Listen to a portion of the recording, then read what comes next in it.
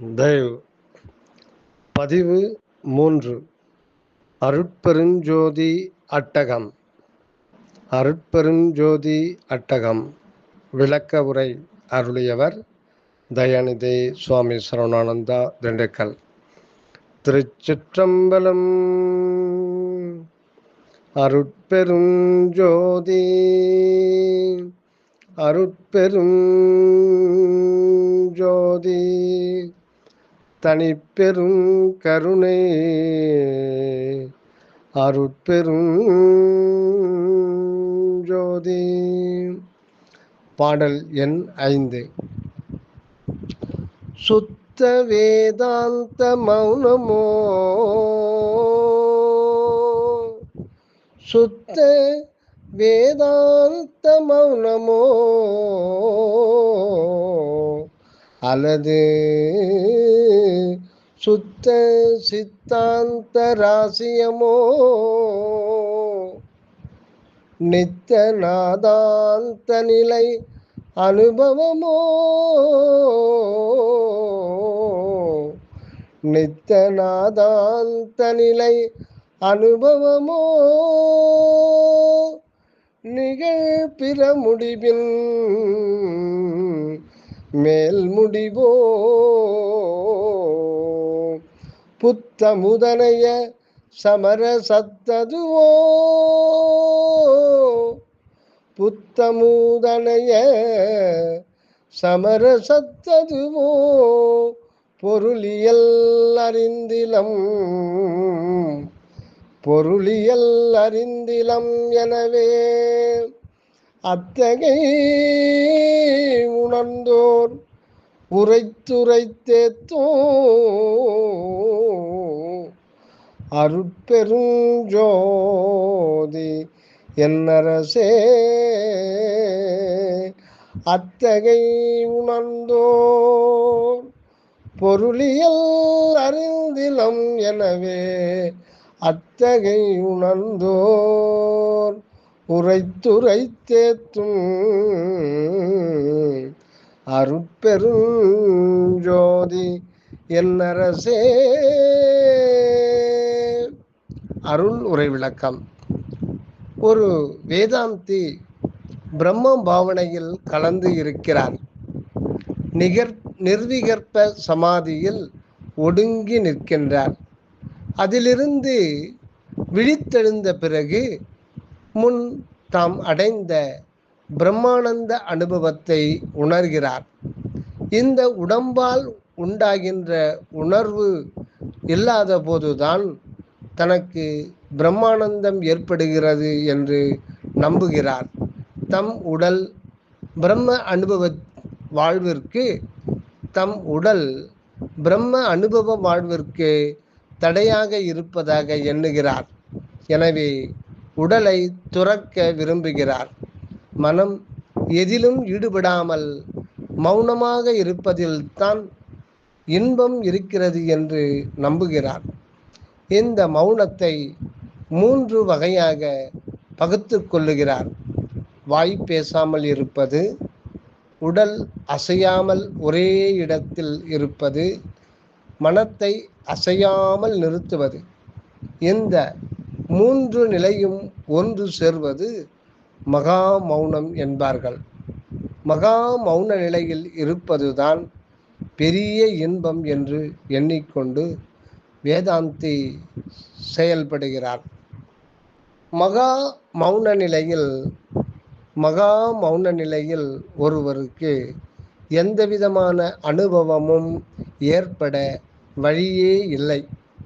மகா மௌன நிலையில் இருந்து ஒருவர் விலகிய பிறகுத்தான் பொறிபுலன்களோடும் கூடிய தம் உடம்பின் உணர்வு அவருக்கு வருகிறது. மனம் முதலிய கரண உணர்வு வருகிறது. காரண உடம்பில் இன்ப உணர்வும் வருகிறது. அவர் மீண்டும் உலக வாழ்க்கைக்கு திரும்புகிறார். முன்பு உடம்பு, மனம் முதலியவைகள் ஒடுங்கி கிடந்தபோது அவர் இன்பத்தையோ அல்லது துன்பத்தையோ அனுபவிக்க முடியாத மகா மௌன நிலையில் இருந்தார். எதையும் அனுபவிக்க முடியாத அந்த நிலையைத்தான் பேரின்ப நிலை என்று மற்றவர்களுக்கு சொல்கிறார். அவ்வளவுதான். இந்த வேதாந்த நிலை உலக வாழ்வுக்கு எந்த வகையிலும் உதவாது. வள்ளலாரோ சுத்த வேதாந்தத்தை பற்றி பேசுகின்றார். சுத்த வேதாந்தம் உலக வாழ்வுக்கு உதவி புரிவதாகும். சுத்தம் என்றால் அருள் என்று பொருள். சுத்தம் என்றால் அருள் என்று பொருள். அருளுடன் கூடிய வேதாந்தம் தான் சுத்த வேதாந்தம். நம் சிறநடுவில் இருக்கும் அருட்பெருஞ்சோதி ஆண்டவருடன் ஒன்றி நின்று அவர் அருளுடன் உலக வாழ்வை ஆன்மநேய ஒருமைப்பாட்டுரிமையுடன் நடத்துவதுதான் சுத்த வேதாந்த வாழ்வாகும். இதுதான் வள்ளலார் அனுபவத்தில் கண்ட உண்மை.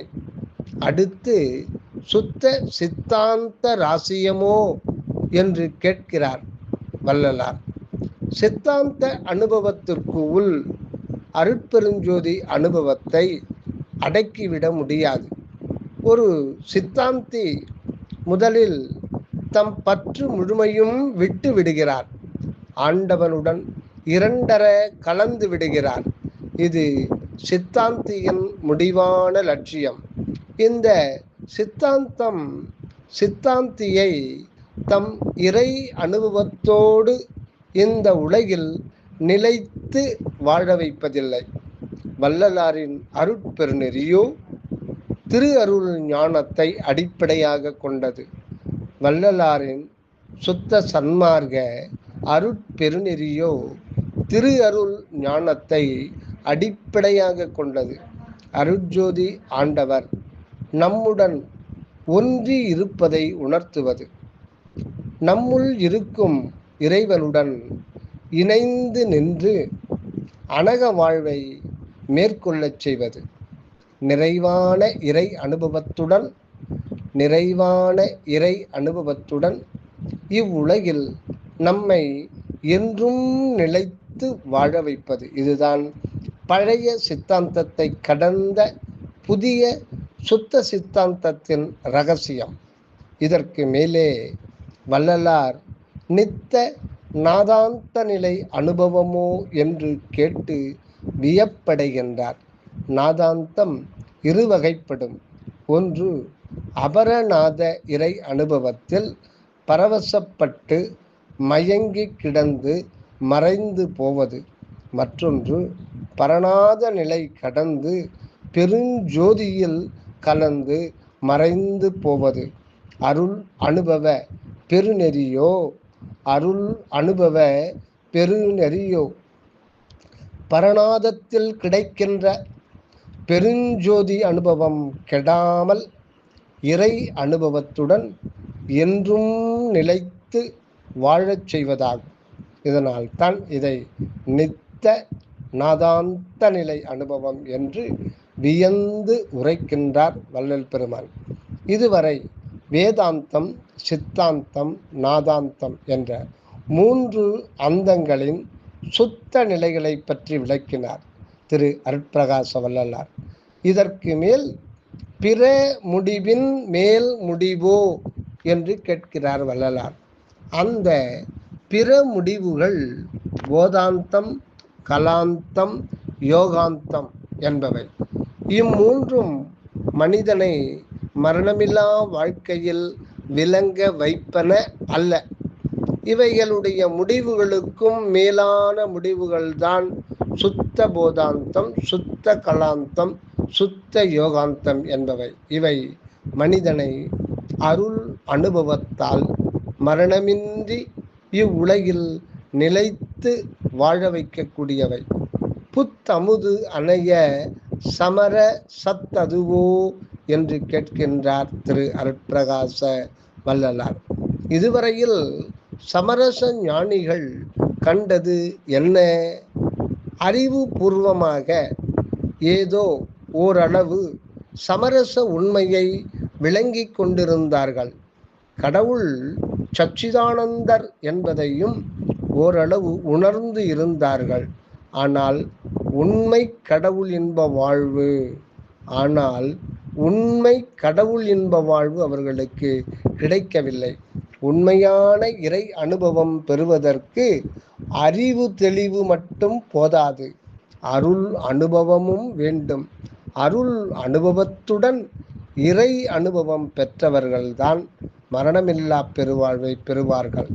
இதை பெற்றிருப்பவர் வள்ளல் பெருமான். அந்த பேரின்ப அனுபவத்தை தான் புத்தமுதனைய சமர சத்ததுவோ என்கின்றார் வள்ளலார். சுத்த சன்மார்க்கத்தை உணர்ந்தவர்கள் இவ்வாறு புகழ்ந்து அருட்பெருஞ்சோதி அரசை துதிக்கிறார்கள். மற்றவர்களோ கடவுள் உண்மையை அறியாமலேயே அவரை வாழ்த்தி வணங்கி கொண்டிருக்கின்றார்கள். அருள் நெறியில் நின்று உண்மையை உணர்ந்தவர்களுக்கு மரணமில்லா பெருவாழ்வு அளிக்கக்கூடியவர்தான் அருட்பெருஞ்சோதி அரசர் என்கின்றார். வள்ளலாரின் சுத்த சன்மார்க்க நெறி வெளிப்படுவதற்கு முன்னால் வாழ்ந்த ஞானிகள் திருவருளை முழுவதும் பரிபூரணமாக அறிந்து கொள்ளவில்லை. புறநோக்காக ஓரளவு அறிந்திருந்தார்கள். அவர்கள் திரு அருள் அறிவு நிறைவு பெறாததால்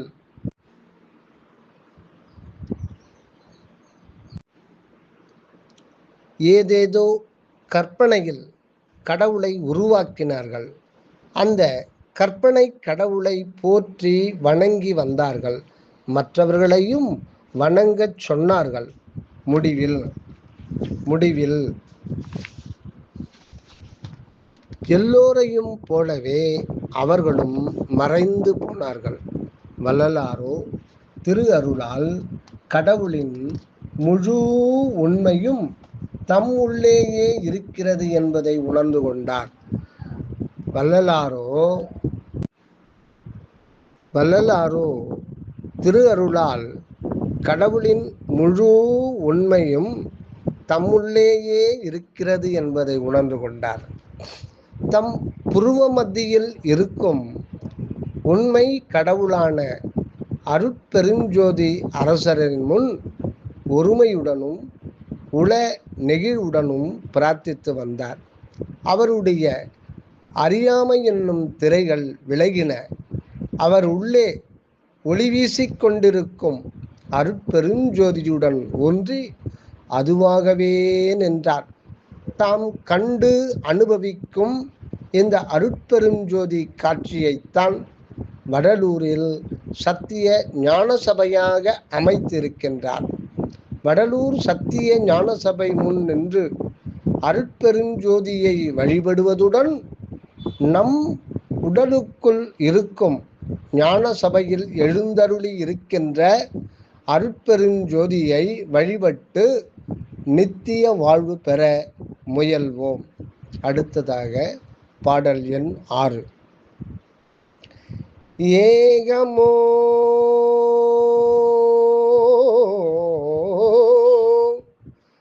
ஏகமோ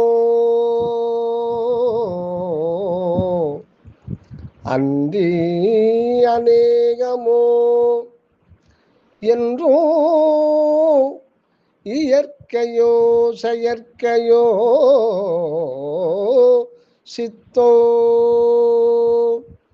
ஏகமோ அன்றி அநேகமோ என்றோ இயற்கையோ செயற்கையோ சித்தோ தேகமோ பொதுவோ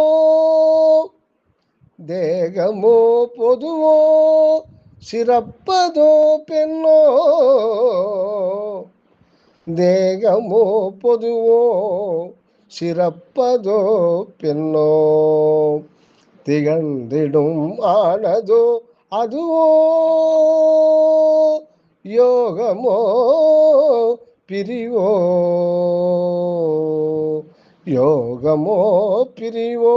ஒளியதோ வெளியோ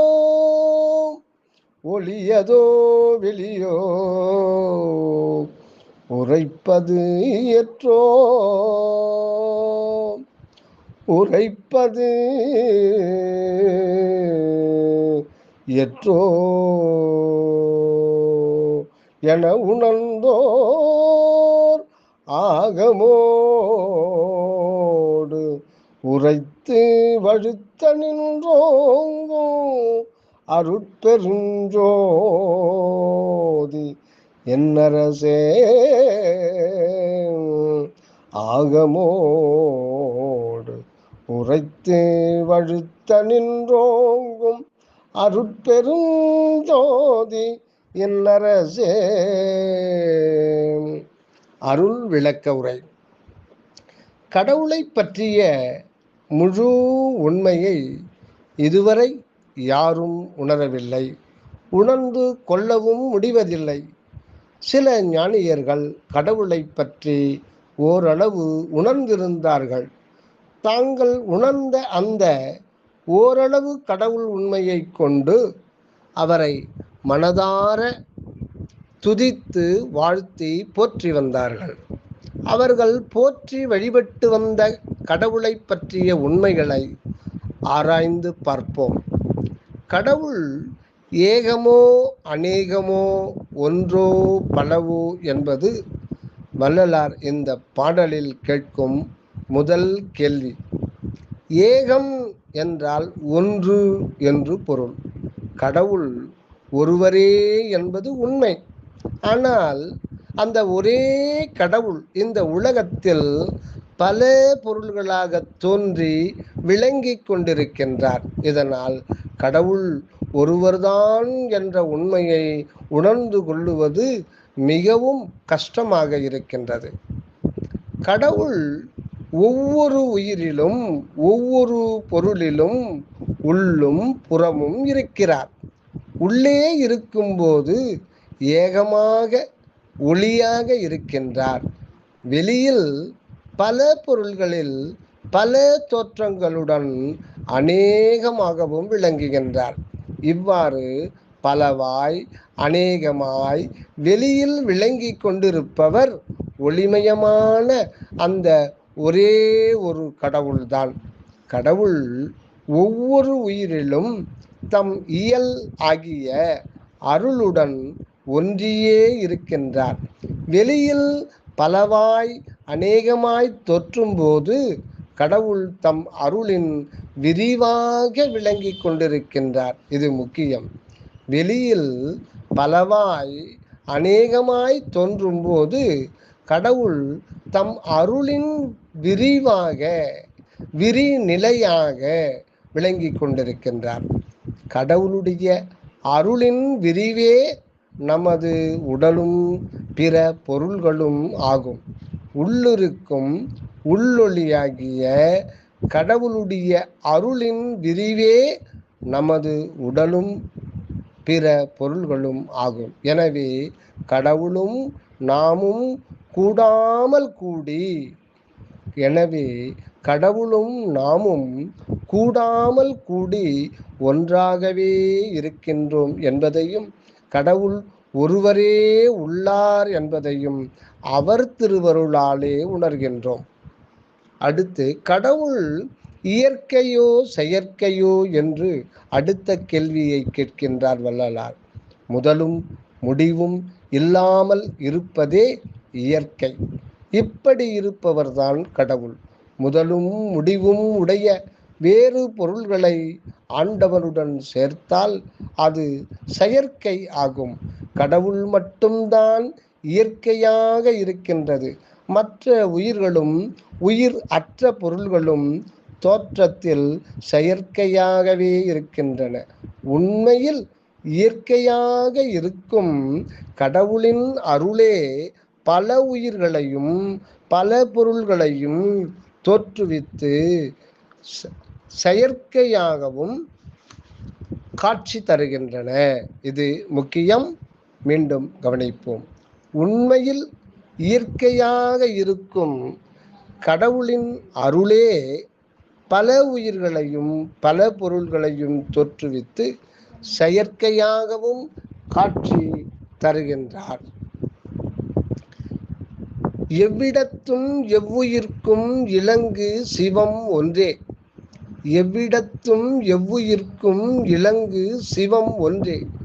என்னானை என் மகனே இரண்டில்லை ஆங்கே. செவ்விடத்தே அருளொடு சேர்த்து இரண்டென கண்டறினி. செவ்விடத்தே அருளொடு சேர்த்து இரண்டு என கண்டறினி. திகைப்பட ஏல் என்றெனக்கு செப்பிய சர்க்குருவே என அருள் விளக்க மாலையிலும் திரு அருட்பிரகாச வள்ளலார் தெளிவாக சொல்லுகின்றார். எந்த இடத்திலும் எந்த உயிரிலும் இருக்கும் கடவுள் ஒருவரே. இதுதான் உண்மை. இறைவனின் அருளே உலகத்தில் உள்ள பல உயிர்களின் தோற்றங்களாகவும் மற்ற பற்பல பொருள்களின் தோற்றங்களாகவும் விளங்குகின்றன. எனவே இறைவன் ஒன்று, அவன் அருள் ஒன்று. ஆக இந்த இரண்டையும் தவிர உலகில் வேறு ஒன்றும் இல்லை. எனவே இறைவன் ஒன்று, அவன் அருள் ஒன்று. ஆக இந்த இரண்டையும் தவிர உலகில் வேறு ஒன்றும் இல்லை. கடவுள் ஒன்றோ பலவோ என்று திகைக்காதே என்று எனக்கு சொன்ன குருநாதரே என்று ஆண்டவரை போற்றுகின்றார் வள்ளலார். இது மேலே கண்ட அருள் விளக்க மாலை பாடலின் பொருள் ஆகும். கடவுள் ஒன்றுதான், கடவுள் ஒன்றுதான். அவருடைய அருள்தான் உலக உயிர்களின் உலக பொருள்களின் தோற்றங்கள் என்ற உண்மையை உணர்ந்து கொள்ளாமல், கடவுள் ஒன்றுதான், அவருடைய அருள்தான் உலக உயிர்களின் உலக பொருள்களின் தோற்றங்கள் என்ற உண்மையை உணர்ந்து கொள்ளாமல், கடவுளை இயற்கை என்றும் மற்ற உயிர்களையும் பொருள்களையும் செயற்கை என்றும் ஞானிகள் எண்ணினார்கள். இதனால் தமது உடலையும் மற்ற உலகப் பொருள்களையும் துறந்தாலன்றி இறைவனை அடைய முடியாது என்று நம்பினார்கள். கடும் தவம் இயற்றினார்கள்.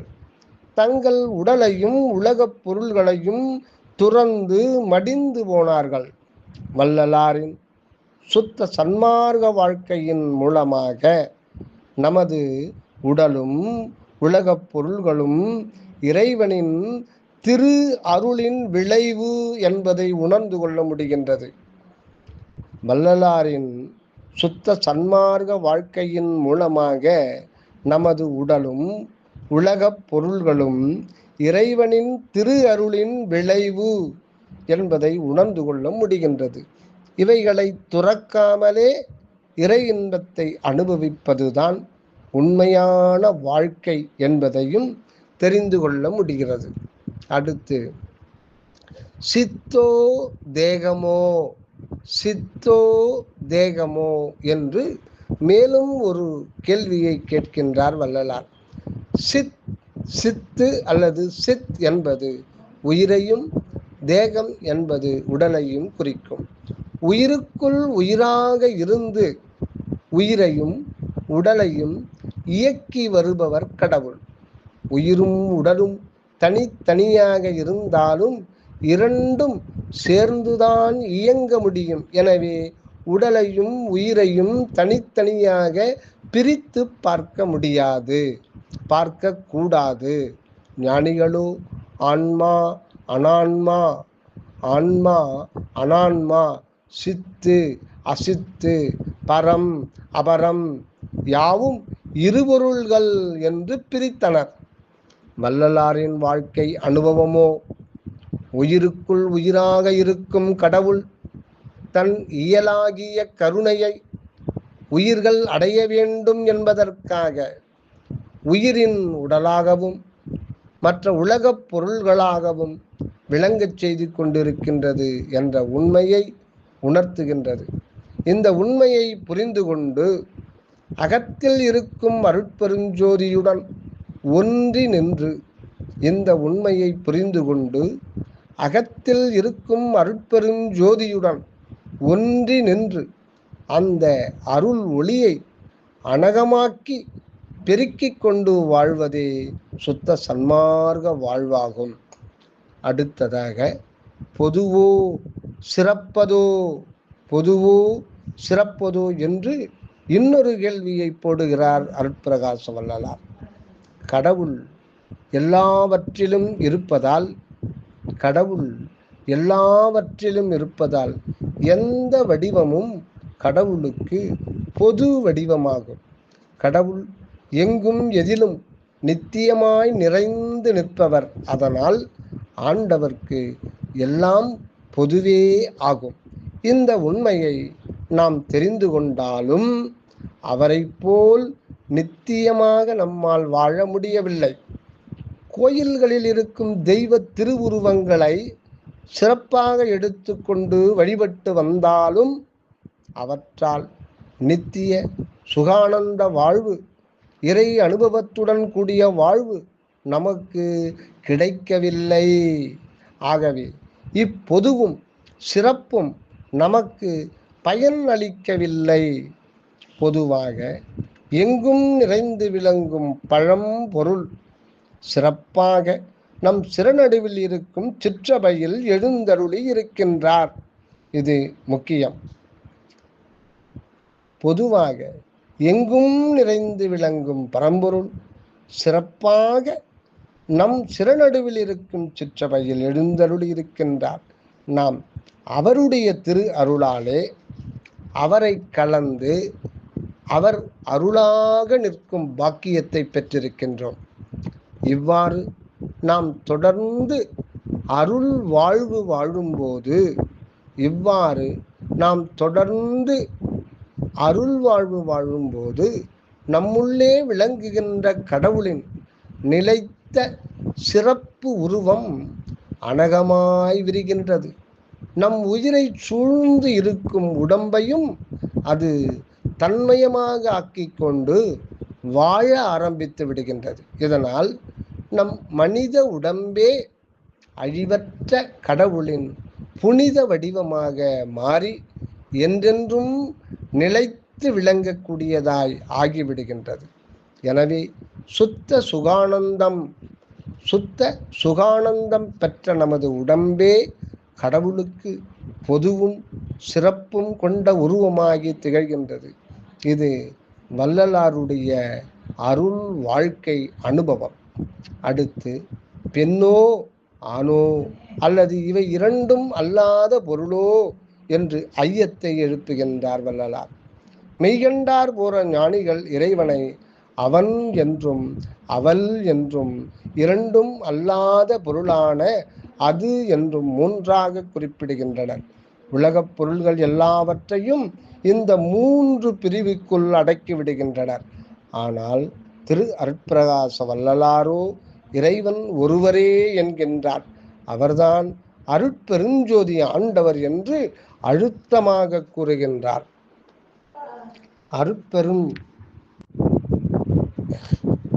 அருட்பெருஞ்சோதி ஆண்டவரே, உயிர்கள் அருளின்ப நித்திய வாழ்வு பெறுவதற்காக நம்மில் பெண்ணியல் உடம்பாகவும் ஆண்இயல் உயிராகவும் இவ்விரண்டையும் கடந்த ஆண் பெண் அல்லாத உள்ளொளியாகவும் விளங்குகின்றார். இது முக்கியம். மீண்டும் கவனிப்போம். அருட்பெருஞ்சோதி ஆண்டவரே, உயிர்கள் அருளின்ப நித்திய வாழ்வு பெறுவதற்காக நம்மில் பெண்ணியல் உடம்பாகவும் ஆண்இயல் உயிராகவும் இந்த இரண்டையும் கடந்த ஆண் பெண் அல்லாத உள்ளொளியாகவும் விளங்குகின்றார்.